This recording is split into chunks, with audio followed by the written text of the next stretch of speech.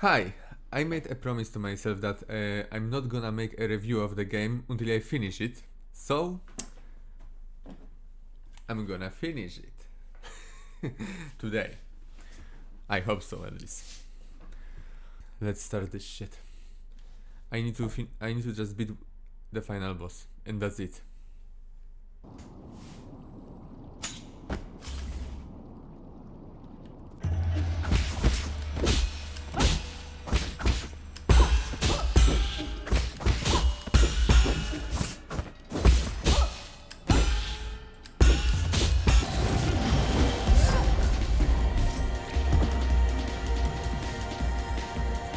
I'm just warming up.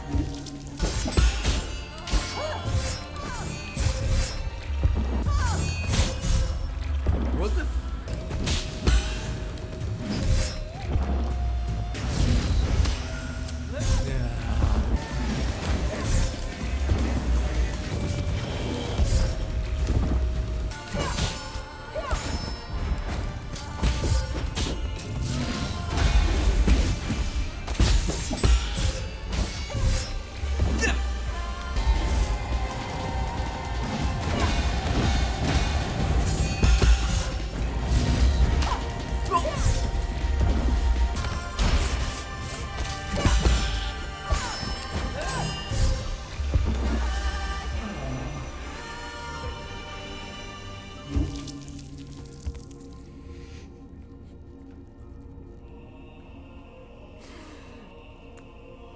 I'm close to rage quit, but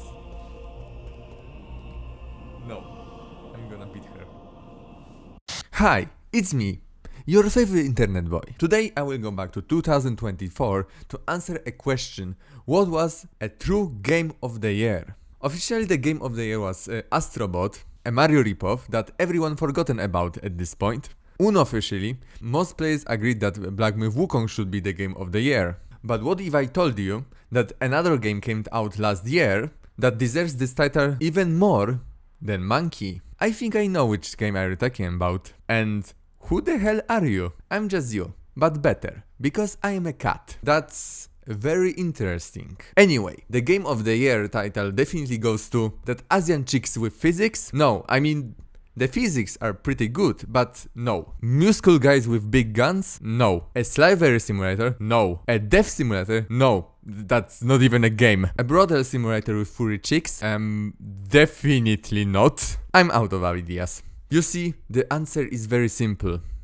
A cat. This cat? No, not that cat. Could you please stop mentioning this game? But you know you are talking to yourself, right? What?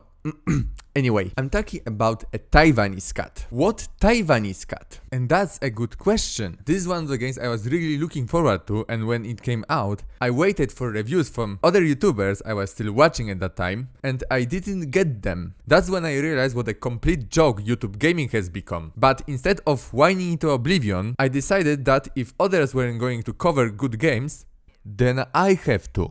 And that's how my channel was born. I initially wrote 2 reviews to see if anyone would actually watch it, and it turned out a few people had watched it and liked them. I started writing the script for this review. Unfortunately, I disappeared for 6 months at that time because a lot of unpleasant things were happening in my life and my mental state wasn't the best. So technically this video was almost a year in making, and I finally managed to finish it. I know I missed a few releases because of that, but it's a truly important game to me, because it's what started this channel. So here's a review of very special game for me. Nine Sols. Nine Sols is a game made by Taiwanese studio Red Candle Games, and before someone says that it's just a poor copy of Hollow Knight, you are only half right. This game is heavily inspired by Hollow Knight, but it plays completely differently. If I had to describe this game in a few words, I would say that it's Hollow Knight meets Sekiro and Mass Effect, and I'm gonna explain why in my review. While I'm a very big fan of a Hollow Knight, I couldn't call it my perfect game. Basically, I like everything about it, but I constantly had this feeling that something is missing. Then Nine Sols came out, which took completely different approach to this genre and highlighted the flaws that Hollow Knight has, but I couldn't see them. So the only logical thing to do in this case is to compare both games to show you why Nine Sols, despite the similarities, is a complete different game than Hollow Knight, and why it's almost my perfect game that unfortunately nobody in the gaming sphere is talking about. As always, we will start with the positives because there is a lot to talk about, and the first one that is the most apparent are the visuals. This game is just gorgeous. It's cartoony, minimalistic, but very colorful with a lot of attention to detail. The whole game has a Chinese aesthetic mixed with sci-fi. The creators call it Tao Punk, which I think is pretty to the point. The enemy design is also great. They fit the game style perfectly and you can tell how dangerous they are and what fighting style they have just by looking at them. The boss design, however, is in a different league. Each boss is unique and their appearance perfectly reflects their personality. For example, Jack-1 is a typical Muscle guy who would fight anyone. G is a fanboy. Yes, developers added a fanboy to the game and they made it so that it really fits his character. Nice. And then we have Gomang. I will put it this way. As soon as I saw her, I knew there would be a lot of people who would simp to her. The fact that I was absolutely right says a lot. But yeah, her design and the main character are my favorite. Another thing. Animations. Animations in this game are amazing. Every interaction has its own animation and these animations are so good, it's hard to describe with words. The best example of this is when you're fighting the enemies, where all their moves are very clear and detailed animated so you can react appropriately. Even something as simple as our main character Dash is animated with incredible attention to detail. If you play this animation frame by frame, we will see that Yi does not teleport from place to place, but instead he jumps out of place, goes into a spiritual form, then comes out of it and lands on the ground like a cat, because he is a cat. Which makes sense. You can't see it with your naked eye because it happens so fast, so developers didn't have to animate it that carefully because almost no one will see it, but they did it anyway. That's what I call attention to detail, which makes the world we explore extremely immersive. And the backgrounds. They have so much details.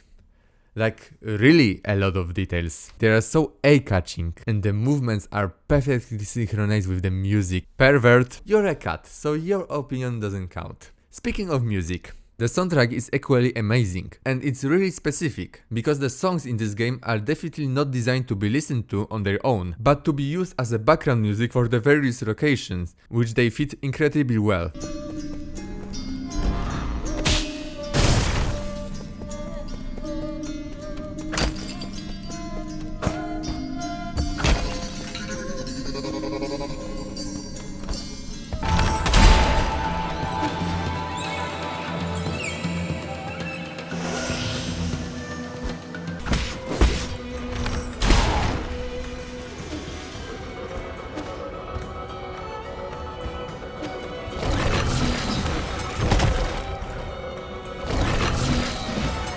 Every location, every boss, and sometimes even some events have their own music theme, which fits perfectly to the location or event we are participating in. And sometimes it makes some locations very hypnotizing.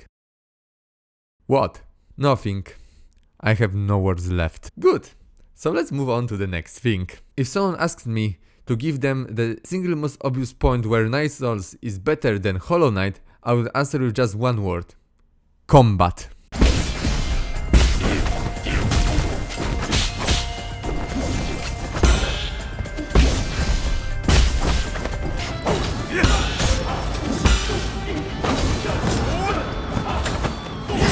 Combat in Nine Sols is one of the best aspects of this game. Unlike Hollow Knight, where combat was all about dodging enemy attacks while waiting for the right moment to attack and damage them, Nine Sols introduces a parry system.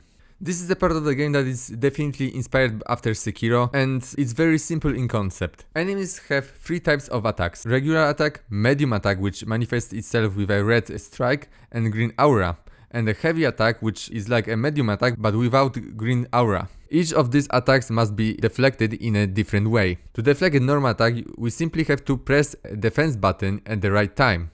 To deflect the medium attack, we have to jump and press the defense button at the right time, and for the first half of the game we can't deflect a heavy attack and we have to avoid it using dash. But later we get the heavy defense skill, which we first have to charge up and then release at the right moment to deflect a heavy attack. The game also has a perfect parry system. That is, if we don't block an attack, we take full damage. If we block an attack but have bad timing, we take internal damage that will regenerate over time. And if we synchronize our defense perfectly with the enemy's attack, we will then get the perfect parry effect and completely deflect the incoming damage. We can heal our injuries by smoking a pipe. I have no idea what he has there, but it must be a good stuff. However, he has a very limited amount of it, and we can only get it back at save points, so you can spam healing like in Hollow Knight. When it comes to our hero's offensive abilities, at the beginning of the game we have a regular attack at our disposal, which unlike Hollow Knight has a 3-part combo, where the third attack is stronger than the previous two and can only be performed in the one direction.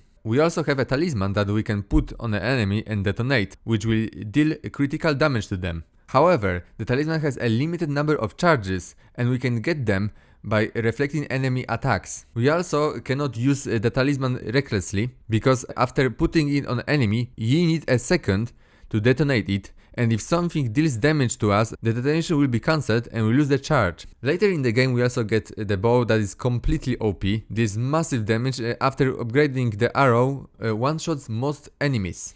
Unfortunately, it has very limited ammo, which we can only get back at save points and by breaking blue vases, which are so rare that I almost forgot they existed. We can also unlock 2 other types of ammunition for it, which are completely useless. Since the default arrow deals more damage and can also interrupt the boss attacks, you will be only using it for the whole game. At some point we also unlock a charge attack that deals a lot of damage and can destroy enemy shields, but the way it was implemented didn't appeal to me. Namely, to charge it you have to hold down a dedicated button, which takes a few seconds, and at the same time you have to keep dodging and parrying opponents' attacks, which basically means you have to do 3 things at once to use it effectively. I wasn't very good at it, so I only use it situationally. Now let's move on to our character progression system, because it's quite extensive. In Hollow Knight we collect Geo, with which we can buy various items. In Night Souls we collect Gin from killed enemies and from chests, a material that we can later use to craft various items, and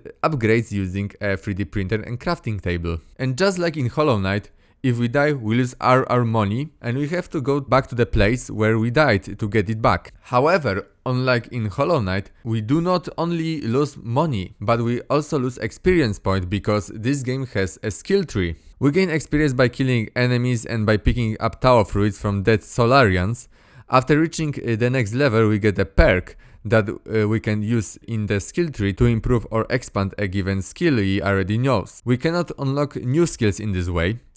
To get them, we need to go to the spiritual dimension through unstable save points, where we meet a central character who teaches them to E. We also have the Jade system, which is almost an exact copy of a charm system from Hollow Knight, but serves a complete different purpose in this game. In Hollow Knight you use them to make different builds that drastically change your playstyle. Jades in Night Souls serves more as a small buffs that make the game easier but don't change it significantly. Additionally, using them often comes out with a trade-off that makes most of them completely useless. For example, in Hollow Knight there is a charm which makes your attack faster. In Night Souls there is similar Jade which makes your attack faster, but each attack deals eternal damage to you. Basically, you attack faster, but enemies one-shot you. There is also Jade, which literally nerfs your healing ability. It increases health restored with the medicinal pipe, but slowly applies healing over time, and getting hit in the process cancels completely the healing effect. So if you want to use it, good luck, because you are going to get hit a lot in this game. Now you might be thinking that Night Souls is a fairly easy game, and due to the fact that you can level up, upgrade your skills, and at least in theory, deflect every enemy attack, it is definitely easier game than Hollow Knight. Nothing could be further from the truth. This is the hardest game I ever played in my entire life. This game is actually so hard that it literally broke my controller. This trigger is a defense button, and in my playthrough I literally have to do something like this sometimes.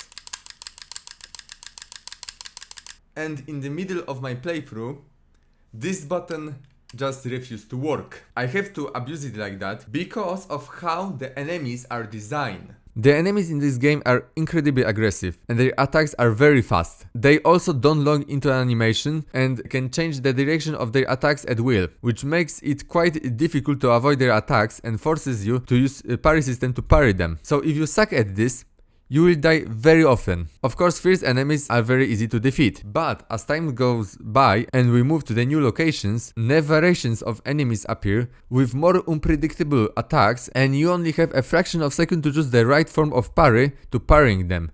So you very often will not choose the right one. Or you will have too slow reaction time and take damage. The game also has a lot of different enemies, starting from the simplest cyborg soldiers through the elite soldiers, various robots, drones, cyber ninjas, cyber samurais, and ending with assassins and the most annoying enemy, snipers, which I hate with all of my heart, because they can shoot you from off the screen. But that doesn't mean the game is unfairly difficult, because all attacks are very well signalized. Night Souls is a sort of rhythmic game. Before every regular attack we hear, and before every heavy attack we hear. So after a while, as soon as we hear the appropriate sound, we automatically press the parry button or dash button. And even when stronger opponents with more unpredictable attacks appear, he is a tough guy and can take quite a bit of damage. So the game forgives you individual mistakes and gives you a chance to adapt to the opponent. Because of that, at the beginning of the game we completely suck, but after some time we can perfectly deflect almost all enemy attacks and we start to feel like total badass.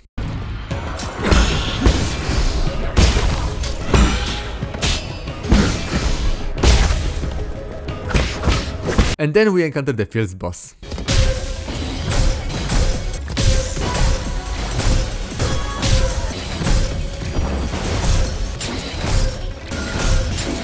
Let me just say I didn't do very well. The bosses in the Night Souls are one of the best things this game has to offer. Each one of them has unique fighting style that will test your skills acquired during the game. Most of them have more than one phase and each boss becomes progressively more difficult as the game progresses. With one exception, but more on that later. This game has definitely the most difficult bosses I ever have to deal with. It's actually a very normal thing to die like 20 times before you defeat them. This is because all bosses as well as mini bosses are very dynamic. Their attacks are incredibly fast and often unpredictable. So the first attempts usually comes down to learning them. It doesn't help that their attacks don't have any patterns and bosses just like regular opponents using them completely randomly, which increases the level of difficulty because the fight is not very predictable.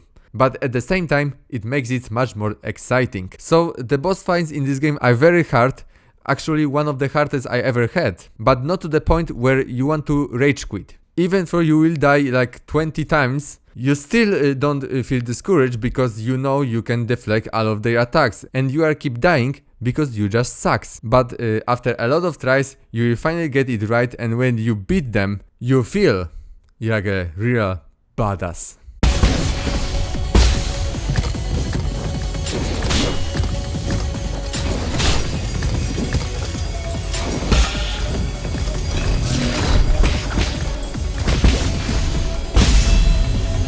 Until you reach the final boss.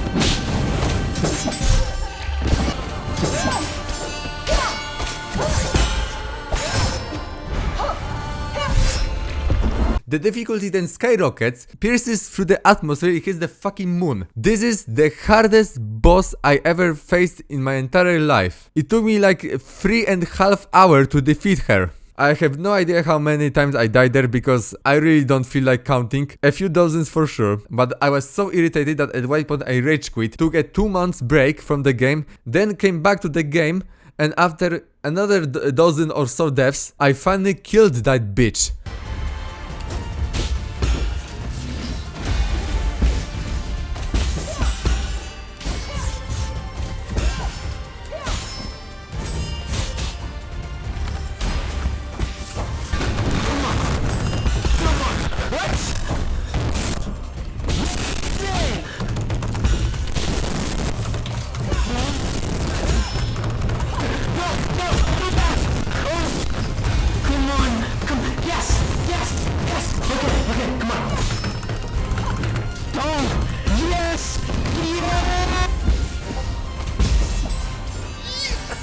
It was the first time in my life I had such a reaction that is truly a real feeling of a fulfillment and accomplishment. Didn't last long though, but I will come back to this later. Now let's talk about exploration. Exploration in Hollow Knight is the best thing this game has to offer.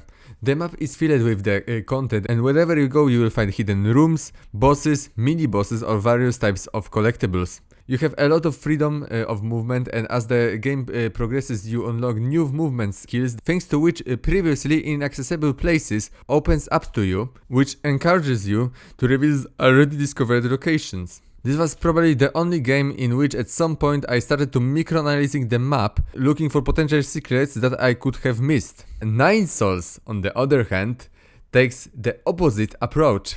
In theory, this game also has an open world where you can go whenever you want, but that's just in theory. In reality, you can only go where the developers allow you to. Unlike Hollow Knight, Nine Sols has very restrictive movement mechanics. While in Hollow Knight you could bounce off any object, climb any wall and launch yourself into the sky, in Nine Sols you can also walk on walls and bounce off objects, but only in specific places designed for this. And in fact, you only unlock one new movement mechanics through the entire game, and that is the double jump, which additionally you get very late in the game. This way you can only go where you are allowed to go at any given time. It looks like this. You unlock access to the first location, explore it, and at the end you will fight the boss of that location. And after defeating him you unlock the path to the next location, which you explore, and at the very end you fight the boss of that location, and then you unlock another location. You get the idea. Once you completed a location, there is no reason to return it later in the game, so Nine Sols may technically have an open world, but it's actually a very linear game. But I wouldn't necessarily count that as a flaw of this game, namely because this game uses its linearity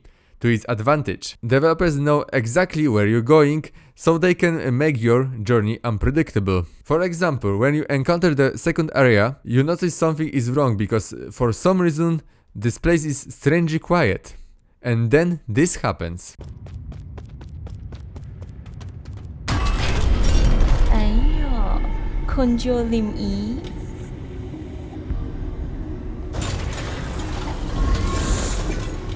This game has a lot of scripted events of this type, thanks to which visiting new locations is always exciting and does not become monotonous. The locations themselves are always well designed and diverse. Getting around them isn't much of a problem, as the platforming sections aren't too difficult in this game. Nine Sols is definitely a light platformer. It focuses mainly on combat, which is the main appeal of this game, and the platforming sections are just an addition. While exploring, we will also encounter various challenges or secrets, which we usually resolving by hacking the appropriate switch, which is achieved by a simple minigame or by using our nymph if the switch is in inaccessible place. Very simple mechanics, but it diversifies the rather linear exploration and it makes the game a bit more interactive. So we know that Hollow Knight wins hands down in terms of exploration, and Nine Sols wins hands down in terms of combat. But that's nothing, because now we get to the best thing this game has to offer, and that is the story and characters. This is where Nine Sols completely throws Hollow Knight off the cliff. The game here uses its linearity to its complete advantage to tell one of the most well-written stories I ever seen. That's on the same level as Mass Effect or One Shot, if you even know what this game is. And just like those two games, Nine Sols is one of the most dialogue-heavy game I ever played. However, in this case it's not a flaw, because the dialogue are amazing. The structure is very similar to Mass Effect. Just like there, we have our base of operations, where we mainly interact with our companions, whom we find and recruit as the story progresses. Outside of our base, dialogues only take place in scripted in-game events or before boss fights. In short, where there is time for dialogues, there are dialogues.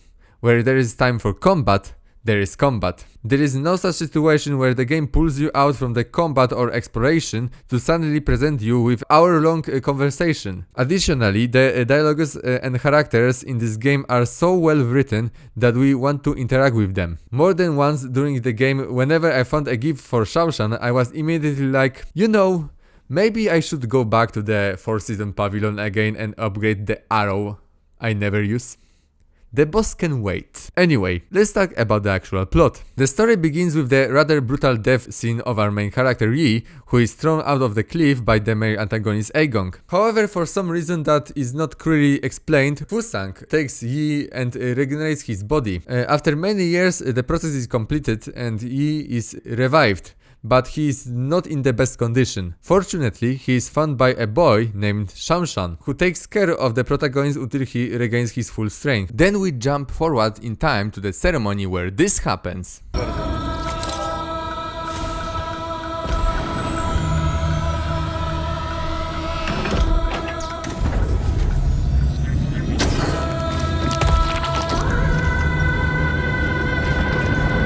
This is not a kid-friendly game, in case you haven't already come to that conclusion. Of course, the main character saves Shanshuan's life, which raises alarm throughout the whole place. After fighting our way through a rather morally questionable facility, we reach the Four Seasons Pavilion, and a little plot twist takes place. It turns out that Yi is the 10th soul, who now intends to take revenge on Aegong by taking the seals from the other souls, which will allow him to take control of the Nuculum. However, when he is about to set off to put his plan into action, it turns out that an uninvited guest has arrived at his home. Wow, ładne tapety jak Windows XP. To młody, co tu robisz? So yeah, the plot in Nine Souls starts out as a simple revenge story, where the main character is betrayed and killed, but somehow comes back to life and intends to kill the person who betrayed him and anyone else who gets in his way. But it doesn't stay that way for long. As the story progresses, we learn about the protagonist's past, his motivations, what Nuculum actually is and what's really going on here. Then shit gets complicated. As we explore Nuculum, we'll also come across various characters, such as Chiyu, who is a philosopher and pacifist despite being a literal killing machine, from whom we can buy various items and do some favors for him. Shenong, which is this guy, he is a complete loner and conspiracy theorist. He also has extraordinary ability. His body is resistant to all poisons and diseases. We can bring him various poisons for which he will make us wine that will boost our health. And Shanghai 9000. You can get a map of the area from them by taking it by force, which destroys them, or by paying them to make a copy. Which I did because I absolutely love these robots. Each soul has a personal one, and each of these robots has the personality of that soul, but more exaggerated, which makes interactions with them very interesting and funny. That is because souls themselves have very unique personalities and they are actually the most interesting part of this game. They are incredibly well written. Each one has their own motivation and goal they want to achieve. After entering the new location, we are introduced to the soul who controls it. While exploring a given location, we learn more about his lore and skills, and after defeating him, we are discovering his past, which explains his motivation. The souls and interactions with them are one of the best things about this game because they are truly complex characters, and while we have to fight each one of them at some point, not all of them are bad people. Of course, some of them are irredeemable villains, some smaller, some bigger, but there are also absolutely tragic characters that we actually start to feel sorry for them, or completely neutral characters, and some of them are even friendly towards us. And there are also the most complex characters that are completely underdeveloped, but I will come back to this a bit later. Now let's talk about our main character, Yi. The protagonist is a breath of fresh air when it comes to the game protagonist in general. He is totally badass, but the best part is that he is also a very complex character with an extensive backstory and interesting personality. Additionally, his personality is very fluffed one. Yi is arrogant, doesn't trust anyone, relies solely on himself and acts like a dick to everyone around. And yet, it's impossible to not like him. I played a lot of video games, and I can confidently say that such complex and deep characters are extremely rare. But some say a story is only good as its villain, and luckily the villain in this game doesn't disappoint. This is actually one of the best villains ever. This bitch is pure evil with zero remorse and regrets to what she is doing. The best part is that despite that, she is still a believable character, because she has a logical reason why she is doing that. Throughout the entire game we are given more and more reasons to find her, and by the end we want to defeat her at all costs. The build up to the final battle is incredible. But now it's time to talk about this game's biggest issue. What issue? The gameplay is great, the story is great, the characters are great, and the world is great. So what exactly is the issue? Yes, I absolutely agree. Everything is great. Except one thing.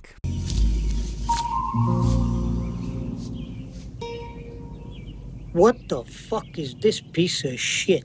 The ending sucks ass! Guys, I found a flaw.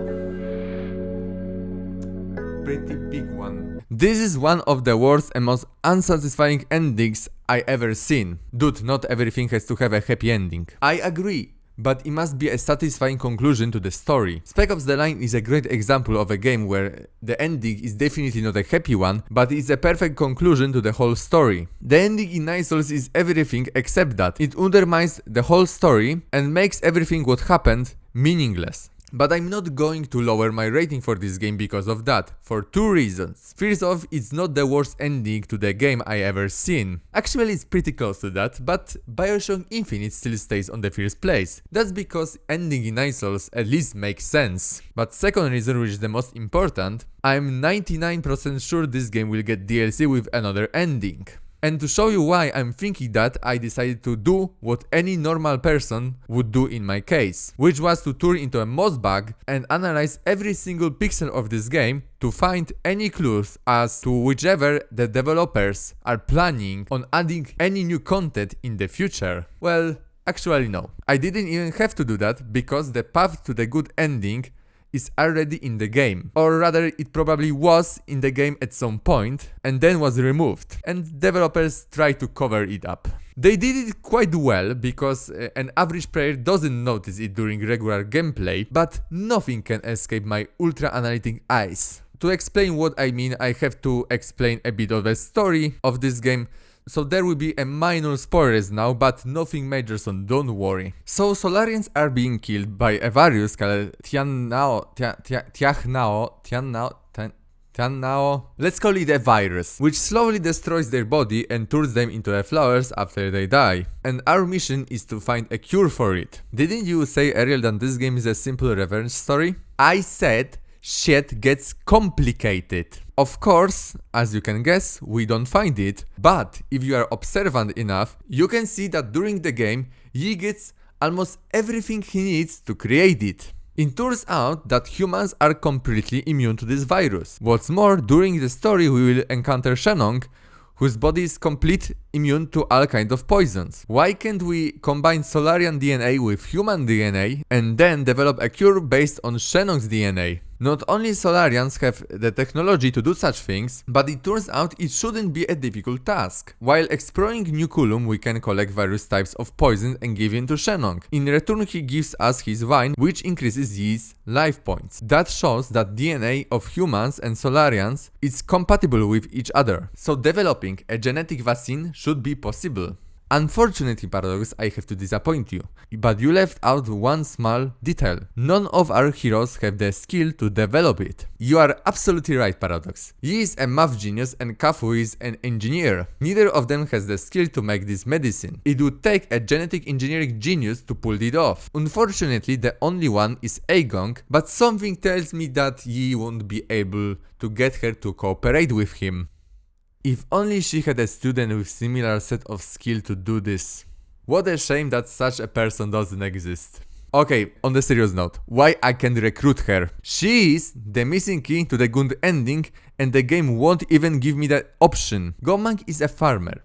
She is not an ordinary farmer. She is a biological genius who can genetically modify plants to grow in any condition and produce infinite yields. Additionally, we know that her work didn't focus solely on plants, and she also undertook questionably moral experiments on humans. In any case, she has the skills we need. But that's not the only thing that is strange. She's the least developed character in this game and has the least screen time, as if her development was supposed to happen during the game. She has one of the most sympathetic backstories out of all souls. She's the only one soul who doesn't leave Tao Fruit after her boss fight, and also her boss fight is the easiest in the game. After defeating her, Kafu criticizes you for treating her too harshly. This is the only time in the game when he does this. Actually, he is even kinda suggesting you that you should work together. She's also missing part of the team in terms of relationships and personality traits that she can provide,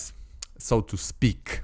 Besides that, she is hot. I like the part when you first try to give logical arguments and in the end you give the real reason why you wanted to recruit her. Thanks. And you know that she's a dictator who wants to deprive others of free will so that she can control everything. I can fix her. Okay, I'm just gonna pretend that I didn't hear the last part. But you missed one thing. To do all that stuff, Yi and Gomang needs laboratory equipment, but we only get to the laboratory at the very end of the game. Well, actually we can go to the lab at the very beginning of the game, as soon as we get to the second location, where Gomang resides. It's true that we can't do anything there, because most of the doors are blocked, but we have access to pretty large area that is completely empty. This is very strange, because there is literally no reason to go there. Additionally, when we enter this location, a dialogue with one of the characters appears, suggesting that we should find something there. But there is absolutely nothing. Another thing, at the beginning, in the first cutscene, Aegon says some words to Yi before killing him. It never comes back. We never find out what she said to him at that moment. And here's the worst part. The final boss is already in the game and we don't fight it. From the very beginning I knew that Aegon won't be the final boss because it would be too obvious, and at some point in the game there is a certain plot twist that serves as build up to the real final boss. And after defeating Aegon, the actual final boss appears in the game. And then the game ends. To better illustrate my disappointment to you, imagine fighting a Hollow Knight in Hollow Knight and after defeating him, Radiance appears and then you see the end credits. Sorry, we ran out of the money. It's actually amazing how they managed to make a polished, fully complete game with two endings that somehow feels unfinished.